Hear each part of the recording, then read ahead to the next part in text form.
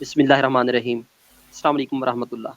आज हम बात करेंगे 40 मोस्ट इम्पॉर्टेंट फैक्ट्स की बॉडी के बारे में, जो कि ह्यूमन बॉडी से रिलेटेड हैं और पीएमएस, जीके, सीएसएस के empty exam, assistant director FI और दूसरे वन पेपर एग्ज़ाम्स और एएसएसबी वगैरह और इस तरह के जितने भी कॉम्पिटिटिव नेचर के जीके के एग्ज़ाम हैं उनमें बार-बार पूछे जाते हैं। हम उनको वन बाय वन जो है इलैबोरेट करेंगे और उनके बाद आने वाली जो हमारी वीडियोज़ हैं उनके अंदर उनकी डिस्कशन जो भी हमने करनी है उसको भी हम क्लू देंगे। तो सबसे पहले अगर हम देखें तो largest cell of human body is nerve cell यानी न्यूरॉन सेल। लेकिन अगर ओवरऑल वर्ल्ड में लार्जेस्ट सेल की बात की जाए तो वो होगा ऑस्ट्रिच एग। शुतुरमुर्ग का अंडा जो है वो दुनिया का सबसे बड़ा सेल है, जबकि ह्यूमन बॉडी में न्यूरॉन जो है वो लार्जेस्ट सेल है। इसके बाद अगर हम बात करें largest organ of the body तो वो स्किन है। ये पूरी बॉडी को कवर करता है और ये लार्जेस्ट ऑर्गन है बॉडी का। इसके बाद अगर हम इंटरनल ऑर्गन की बात करें तो वो लार्जेस्ट ऑर्गन हमारे पास लीवर है, जिगर। हम गैस्ट्रोइंटेस्टाइनल सिस्टम में इसको डिटेल से पढ़ेंगे। Smallest organ in the body is pineal gland. ये एक छोटा सा पीले से रंग का ब्रेन के अंदर एक एम्बेडेड ग्लैंड होता है, जिसे हम एंडोक्राइन सिस्टम जब स्टडी करेंगे तो इसके ऊपर बात करेंगे। Largest artery. आर्टरी बेसिकली वो वेसल होती है जो हार्ट से अवे ब्लड को लेके जाती है, यानी दिल से पूरी बॉडी को ब्लड सप्लाई कराती हैं, वो आर्टरीज कहलाती हैं। ये मोस्टली ऑक्सीजनेटेड ब्लड कैरी कर रही होती हैं। जो एक्सेप्शंस हैं वो हम डिस्कस करेंगे। अच्छा, लार्जेस्ट आर्टरी जो है वो बेसिकली अयोर्टा है और अयोर्टा हार्ट से लेफ्ट वेंट्रिकल से निकलती है। इसकी ओपनिंग जो है वो आयोटिक वेल्व के थ्रू होती है और इसका ल्यूमेन जो है वो 2.5 सेंटीमीटर होता है अयोर्टा का। अगर हम बात करें तो जितनी भी आर्टरीज हैं सब में ऑक्सीजनेटेड ब्लड होता है accept pulmonary artery. Pulmonary artery D oxygenated blood carry करती है, जो कि राइट वेंट्रिकल से लंग्स की तरफ जाता है और वहां पर जाके फिर इसकी ऑक्सीजनेशन होती है। लार्जेस्ट वेन जो है बॉडी की वो इंफीरियर वेना केवा है। अगर इस डायग्राम में देखें तो ये रेड कलर में जो है वो लार्जेस्ट आर्टरी नज़र आ रही है यानी अयोर्टा, और ब्लू कलर में जो है ये लार्जेस्ट वेन है, इंफीरियर वेना केवा। वेन वो वेसल होती है जो ब्लड को हार्ट की तरफ लेके जाती है, यानी बॉडी से कलेक्ट करती है और हार्ट को वापस पहुंचाती है। अगर हम इस वेना केवा की बात करें तो दो वेना केवा होती हैं। एक superior vena cava head side से आती है और एक लोअर लिम्ब वाली साइड से जो है वो इंफीरियर वेना केवा ब्लड की कलेक्शन करके आती है। जो इंफीरियर वेना केवा है ये लार्जेस्ट वेन है बॉडी की। अब अगर देखें तो हमने बात की कि जितनी भी वेन्स हैं उन सब में डीऑक्सीजनेटेड ब्लड होता है, लेकिन एक्सेप्शन ये है कि जो हमारे पास पल्मोनरी वेन्स हैं उनके अंदर ऑक्सीजनेटेड ब्लड होता है, जो कि लंग्स से ऑक्सीजनेशन के बाद वापस आता है लेफ्ट एट्रियम में। टोटल नंबर ऑफ बोन्स की बात करें तो हमारी बॉडी में टोटल 206 बोन्स होती हैं, जिसमें 28 स्कल बोन्स और फेशियल बोन्स हो जाती हैं। इसी तरह 62 अपर लिम्ब की, 61 लोअर लिम्ब की, दोनों की मिला के, और इसी तरह जो है वो एक्सियल स्केलेटन की और रिब्स की। तो ये टोटल ओवरऑल 206 बोन्स बनती हैं। अब अगर हम देखें तो longest bone of the body जो है वो फीमर है, जिसे हम थाई बोन भी कहते हैं। फीमर को थाई बोन कहा जाता है। ये उसकी डायग्राम है, आप देख सकते हैं, ये बॉडी की लॉन्गेस्ट बोन है। और अगर हम smallest bone of the body की बात करें तो वो स्टेपीज है, स्टेप्स भी कहते हैं, स्टेपीज भी कहते हैं। ये एयर है और एयर के इंटरनल स्ट्रक्चर में देखें तो मिडल एयर में हमारे पास 3 बोन्स पड़ी होती हैं, मेलस, इनकस और स्टेपीज। ये स्टेपीज स्मॉलेस्ट बोन है, जिसकी अगर मैं आपको क्लियर पिक्चर दिखाऊं तो ये स्टेपीज है, इसका साइज इतना सा होता है। अब अगर हम हार्डेस्ट सब्सटेंस की बात करें बॉडी में तो हार्डेस्ट सब्सटेंस टूथ एनेमल होती है। अगर हम बात करें टूथ एनेमल की तो जब बॉडीज जो है वो डिमोलिश हो जाती हैं, कवर में उनके डिकम्पोजिशन हो जाती है, तो सबसे एंड पे रह जाने वाला पार्ट जो है वो इनेमल होता है। अगर हम टूथ की एनाटमी की बात करें तो इसके 3 पार्ट होते हैं। एक जो बाहर हमें ये ऊपर नज़र आता है कवर किया हुआ, ये सारा एनामल से बना हुआ, तो इस पोर्शन को सारे को कहते हैं क्राउन। इसके बाद ये जो थोड़ा-सा एम्बेडेड है दरमियान से, ये हमारे पास इसकी नेक है और ये अंदर की तरफ जो जबड़े में धंसी होती हैं, ये होती हैं उसकी रूट्स। तो रूट्स, नेक और क्राउन होता है। इसके अंदर देखें तो इनेमल, उसके अंदर से अंदर वाला पोर्शन होता है डेंटाइन का और फिर उसके अंदर सॉफ्ट पल्प टाइप होता है। बॉडी में टोटल जो है वो 630 प्लस मसल्स होते हैं। ये जेंडर टू जेंडर भी वेरी कर रहे होते हैं और इसके अलावा जो है इसमें मुख्तलिफ इसके मसल ग्रुप हैं, जिनमें ये मस्कुलोस्केलेटल सिस्टम जब हम डिटेल से पढ़ेंगे तो उसमें हम बोन्स की और नंबर ऑफ मसल्स की जो डिस्कशन है उसको करेंगे। स्केलेटल मसल की बात की जा रही है, ये 630 प्लस है बॉडी में। अब लार्जेस्ट मसल जो है वो ग्लूटियस मैक्सिमस है। ये हिप का, बैक का जो अगर हम देखें तो लेग को जब हम पीछे की तरफ ले जाते हैं, लेग की या हिप के ऊपर एक्सटेंशन जो है वो ये ग्लूटियस मैक्सिमस कराता है और ये बल्क भी बना रहा होता है, बल्किएस्ट मसल होता है बॉडी का। उसके बाद अगर हम बात करें स्मॉलेस्ट मसल की तो स्टेपीडियस जो है वो स्मॉलेस्ट मसल है। ये वही इंटरनल जो स्ट्रक्चर है, मिडल एयर की बात हम करें तो यहाँ पर हमारे पास ये स्टेपीज हमने जहाँ पढ़ी थी, यहाँ स्टेपीडियस मसल है जो कि एक कील नुमा शक्ल का है। ये स्मॉलेस्ट मसल है बॉडी का। उसके बाद अगर हम लॉन्गेस्ट मसल की बात करें, सबसे पहले हमने बल्किएस्ट या स्ट्रॉन्गेस्ट की बात की थी, अब लॉन्गेस्ट की बात करें तो सर्टोरियस जो है वो लॉन्गेस्ट मसल होता है, जो कि हमारी इंटीरियर सुपीरियर आइलेक स्पाइन यानी हिप बोन के आगे एक बोनी प्रोमिनेंस होती है, वहाँ से स्टार्ट होता है और नी के नीचे आके मीडियल साइड के ऊपर फ्रंट साइड पे अटैच होता है और इसे आल्थी पाल्थी पोस्चर का भी नाम दिया जाता है, यानी कि आप लेग्स क्रॉस करके जब बैठते हैं तो इसका रोल प्ले होता है। उसके बाद अगर हम बात करें स्ट्रॉन्गेस्ट मसल की तो मैसीटर जो है ये स्ट्रॉन्गेस्ट मसल है। इसे मसल ऑफ च्यूइंग भी कहते हैं, इसी की वजह से हम चबा सकते हैं, च्यूइंग कर सकते हैं और इसके जो फोर्स है ये ऑलमोस्ट 25 kg वेट को अपलिफ्ट कर सकता है। लेकिन अगर हम बात करें इसके अलावा दूसरे मसल ग्रुप्स की तो वो हमारे पास जैसे कि गैस्ट्रोकनीमस हमने पढ़ा, वो भी एक स्ट्रॉन्ग मसल है। इसके अलावा अगर हम देखें तो फीमेल में यूट्रस के जो मसल्स होते हैं वो भी स्ट्रॉन्गेस्ट मसल होते हैं। अब अगर हम बात करें ब्रेन की तो ब्रेन का लार्जेस्ट पार्ट जो होता है वो सेरिब्रम होता है। अब जब हम नर्वस सिस्टम की न्यूरो एनाटमी पढ़ेंगे तो उसमें हम इसके ऊपर डिटेल से बात करेंगे कि ये जो पोर्शन है इसके अंदर फर्दर कौन कौन से पार्ट्स आते हैं। ये सेरिब्रम जो है ये लार्जेस्ट पार्ट है ब्रेन का। इसके बाद ये हमारे पास सेरिबेलम और ब्रेन स्टेम, इनकी भी हम इंशाल्लाह आने वाली वीडियोस में डिटेल्स आपसे शेयर करेंगे।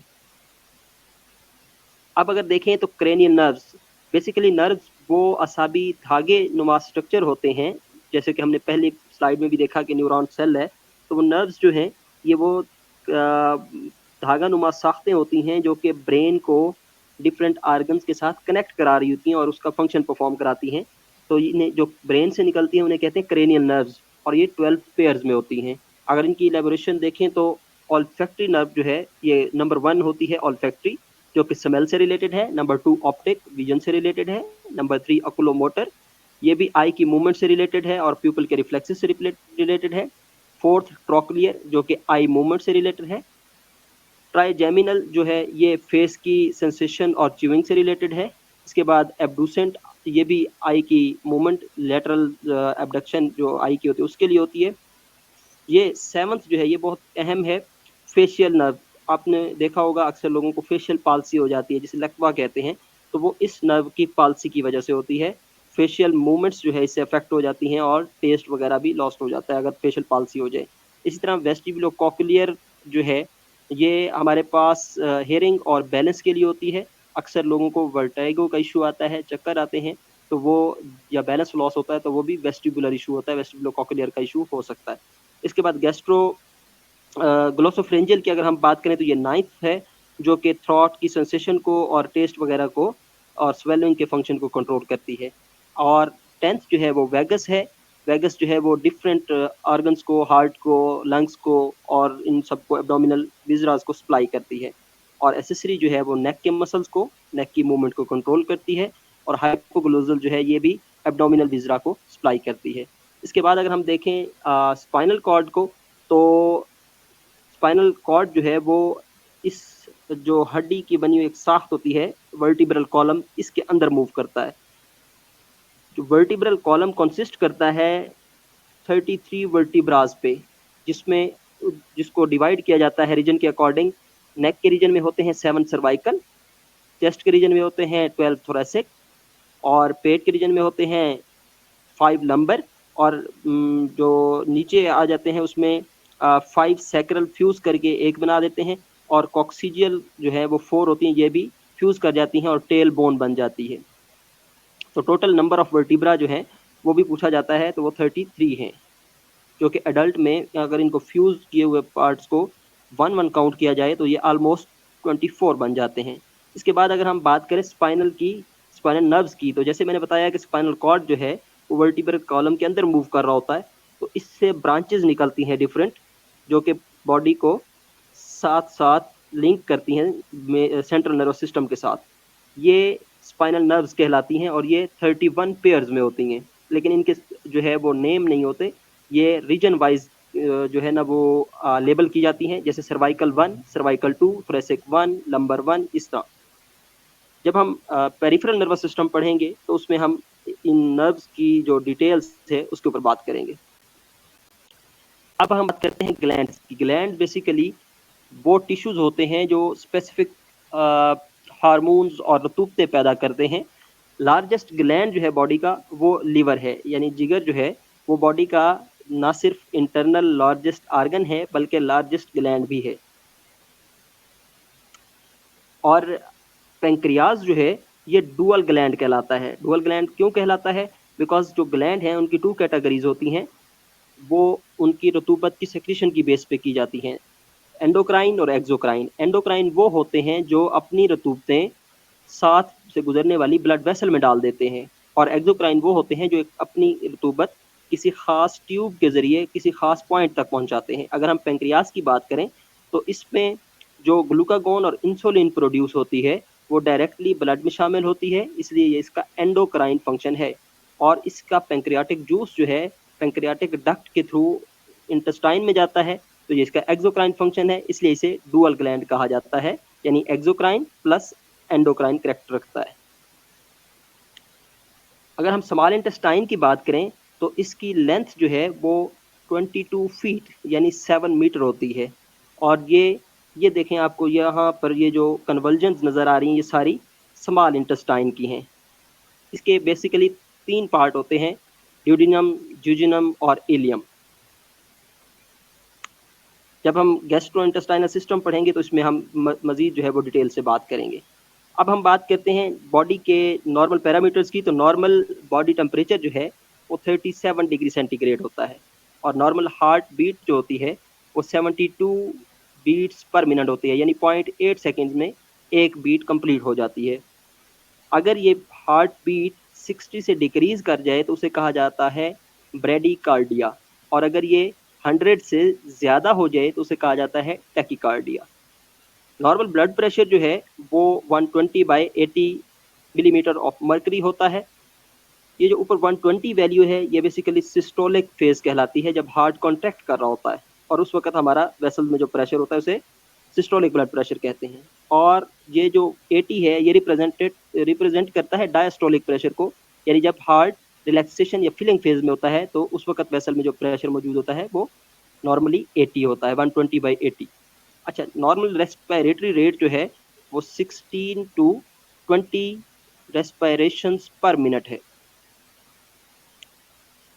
टोटल वाटर कंटेंट की अगर बात करें बॉडी में तो ये 60% to 75% ऑफ बॉडी वेट जो है वो हमारा वाटर होता है। अगर हम ब्लड प्लाज्मा में वाटर कंटेंट की बात करें तो ये almost 90% of blood plasma water होता है, और 10% में दूसरे मॉलिक्यूल्स होते हैं, फॉर्म्ड बॉडीज होती हैं। अगर ब्रेन सेल या ब्रेन टिश्यू में वाटर कंटेंट की बात करें तो almost 80% brain tissue water content रखता है। और अगर हम बोन की बात करें तो बोन्स क्योंकि ड्राई होती हैं, हार्ड होती हैं, तो इनमें 20 to 25% जो है वो वाटर कंटेंट होता है। अगर हम पीएच की बात करें तो पीएच बेसिकली किसी भी चीज़ की एसिडिक या अल्कलाइन करैक्टर को शो करती है। अगर हम देखें किसी भी चीज़ की पीएच 7 पे होगी तो वो न्यूट्रल होगी, 7 से अबव होगी तो अल्कलाइन, और अगर 7 से कम होगी तो एसिडिक होगी। अगर ब्लड की पीएच की बात की जाए तो 7.3 से 7.4 के दरमियान फ्लक्चुएट करती है, बड़ी नैरो रेंज में, बिकॉज़ ब्लड जो है वो हर सेल के साथ कॉन्टैक्ट में आता है, और अगर इसमें ज़्यादा चेंजेज़ होंगी तो डायरेक्टली अफ़ेक्ट आएगा। इसलिए इसकी रेंज विंडो जो है वो बहुत नैरो है। अगर हम यूरिन की पीएच की बात करें तो ये 4.8 से 7.8 तक, यानी एसिडिक या अल्कलाइन दोनों तरह की हो सकती है। इसकी रेंज निस्बतन ब्रॉड है।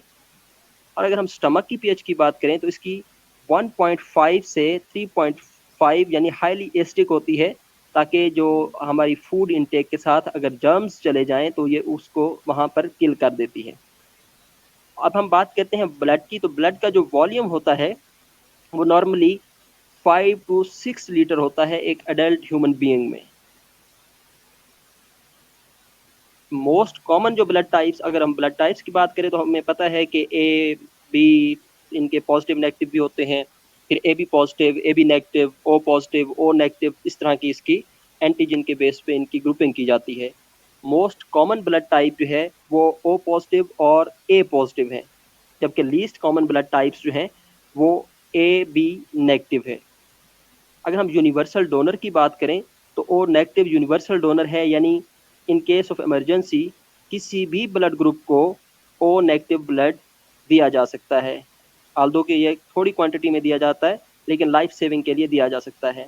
और यूनिवर्सल रेसिपिएंट की बात की जाए तो ए बी पॉजिटिव ऐसा ब्लड ग्रुप है जो किसी भी ब्लड ग्रुप से थोड़ी मिकदार में ब्लड ले सकता है। तो A B positive is universal recipient, हर तरह का ब्लड ले सकता है, और O negative is universal donor, जो किसी भी ब्लड ग्रुप को ब्लड दे सकता है। Thank you so much. मैं उम्मीद करता हूं कि आज का लेक्चर आपको पसंद आया होगा। काइंडली कमेंट सेक्शन में ज़रूर अपने व्यूज़ शेयर किया करें, और हमारे इस चैनल को ज़रूर लाइक सब्सक्राइब करें और अपने दोस्तों के साथ शेयर करें। Thank you so much. अल्लाह हाफिज़।